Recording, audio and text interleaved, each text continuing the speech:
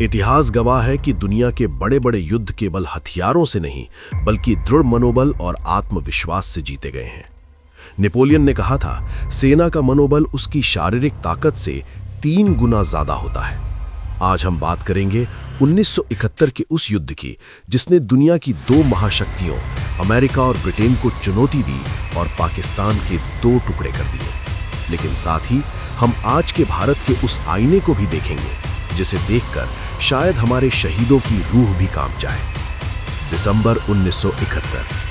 America और Britain Pakistan को बचाने के लिए बंगाल की खाड़ी में अपने परमाणु हथियारों से लैस युद्धपोत भेज चुके थे। पूरी दुनिया की नजरें भारत पर थीं। हमें डराने की कोशिश हुई लेकिन भारत डरा नहीं, क्योंकि भारत के पीछे खड़ा था सोवियत संघ। जब रूस ने अपनी न्यूक्लियर सबमरीन भेजी तो अमेरिकी 7वां बेड़ा 1 इंच भी आगे नहीं बढ़ पाया। उस वक्त भारत किसी भ्रम में नहीं बल्कि यथार्थ में जी रहा था। अब सवाल उठता है, ये युद्ध हुआ क्यों? इसके पीछे थी पश्चिमी पाकिस्तान की नस्ल सुधारने वाली घिनौनी मानसिकता। जनरल टिक्का खान, जिसे दुनिया बुचर ऑफ बंगाल के नाम से जानती है, उसने खुलेआम कहा था, मुझे इंसान नहीं जमीन चाहिए। 25 मार्च 1971 को ऑपरेशन सर्च लाइट शुरू हुआ। ढाका यूनिवर्सिटी से लेकर गांव-गांव तक लाखों बंगाली मुसलमानों और हिंदुओं को बेरहमी से मार दिया गया। 3 से 4 लाख महिलाओं के साथ बलात्कार किया गया ताकि अगली पीढ़ी को जबरन शुद्ध पाकिस्तानी बनाया जा सके। जब करोड़ों शरणार्थी भारत की सीमाओं पर आ खड़े हुए, तब भारत की आयरन लेडी इंदिरा गांधी ने तय कर लिया, अब समस्या की जड़ को ही खत्म करना होगा। भारतीय सेना की कमान थी जनरल सैम मानेकशॉ के हाथों में। वो जनरल जिन्हें दूसरे विश्व युद्ध में 9 गोलियां लगी थीं, लेकिन मौत भी उन्हें हरा नहीं पाई। भारतीय सेना ने ब्लिट्जक्रीग यानी बिजली की रफ्तार से हमला करने की रणनीति अपनाई। हमने शहरों को घेरने में वक्त बर्बाद नहीं किया, बल्कि दलदल, नदियां और बारूदी सुरंगें पार करते हुए सीधे ढाका की ओर बढ़ते चले गए। 14 दिसंबर को भारतीय वायुसेना ने ढाका के गवर्नर हाउस की छत उड़ा दी, जहां दुश्मन की सरकार छिपी बैठी थी।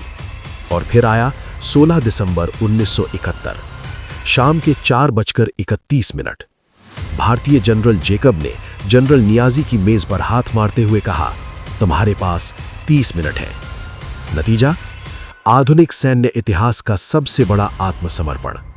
93,000 पाकिस्तानी सैनिकों ने पूरी दुनिया के सामने भारत के सामने घुटने टेक दिए। सिर्फ 13 दिनों में एक नया देश पैदा हुआ, बांग्लादेश। लेकिन आज 50 साल बाद सच्चाई क्या है?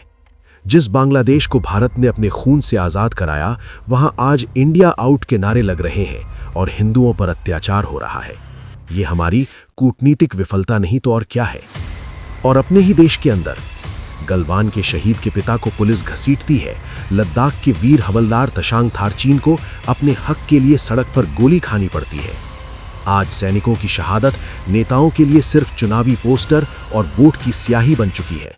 कभी सर्जिकल स्ट्राइक के नाम पर, तो कभी किसी की नसों में लहू नहीं गर्म सिंदूर बहने लगता है, तो कभी किसी ऑपरेशन को चुनावी मैनिफेस्टो में बेच दिया जाता है। याद रखिए, फौज सिर्फ तोपों से नहीं, फौजी के सम्मान से चलती है। जब एक जवान बॉर्डर पर खड़ा होता है तो वो किसी नेता के लिए नहीं, हमारे और आपके लिए खड़ा होता है। अगर आप एक जागरूक नागरिक हैं तो सवाल पूछना सीखिए, क्योंकि मौन रहना भी एक तरह की गद्दारी है। विजय दिवस मनाइए, लेकिन सैनिकों के हक के लिए भी खड़े होइए। जय हिंद।